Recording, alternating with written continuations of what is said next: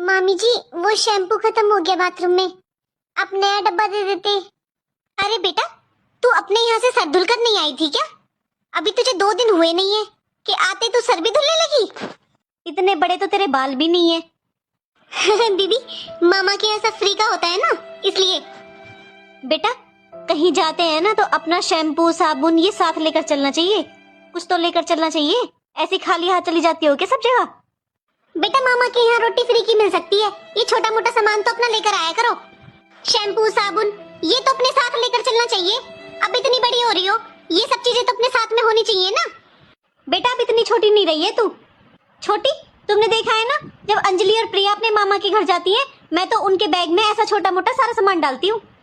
वो दोनों अपना अलग अलग फेस वॉश यूज करती हैं, अलग अलग शैम्पू यूज करती हैं, फिर मैं तो उनका सारा सामान यहीं से डाल कर देती हूँ। अरे मामा की थोड़ी ना मांगेंगी वो जाकर, मामा की छुट्टियां बिताने जा रही हैं वही काफी है, अब सामान भी उनका लेंगी क्या? अब तू ही बता, हमें क्या पता तू अपने वहां पर कौन सा शैम्पू लगाती है, अब हम कौन सा लगाते हैं तू कौन सा लगाती है, ऐसे यूज नहीं करते शैम्पू साबुन। अरे दीदी आपने देखा जो फ्रिज पर लोशन वाला डब्बा रखा हुआ है, आधा कर रखा था इन्होंने। अरे यहाँ आकर लोशन मिल गया इनको, वहां तो माँ बेटी तेरी लगाती होंगी, यहाँ मामा के घर फ्री का है ना तो उसे रगड़ रगड़ कर लगा रही है। मामी जी हम अपने घर भी लोशन ही लगाते हैं।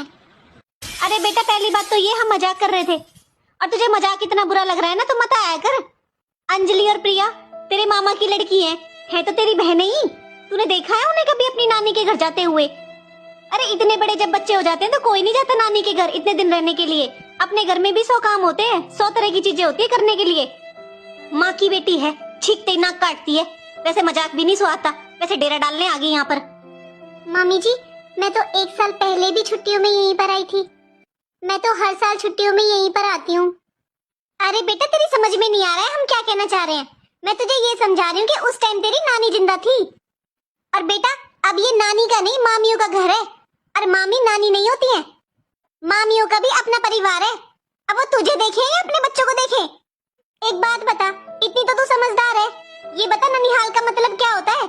ननिहाल का मतलब होता है नानी और नाना का घर। अब तेरे नानी नाना ही नहीं है तो कैसा ननिहाल? और हाँ ज्यादा ही तुझे मजाक बुरा लगता है ना तो इस बार आगे से सोच कर आना, नानी नहीं है तो ननिहाल भी नहीं है। फ्री का लोशन फ्री का शैम्पू देखो तो सही। अरे जरा सा मजाक बर्दाश्त नहीं हुआ? अपनी माँ की बेटी है, माना कि आ भी जाओ, चलो सब आते भी हैं, लेकिन इन लोगों की तरह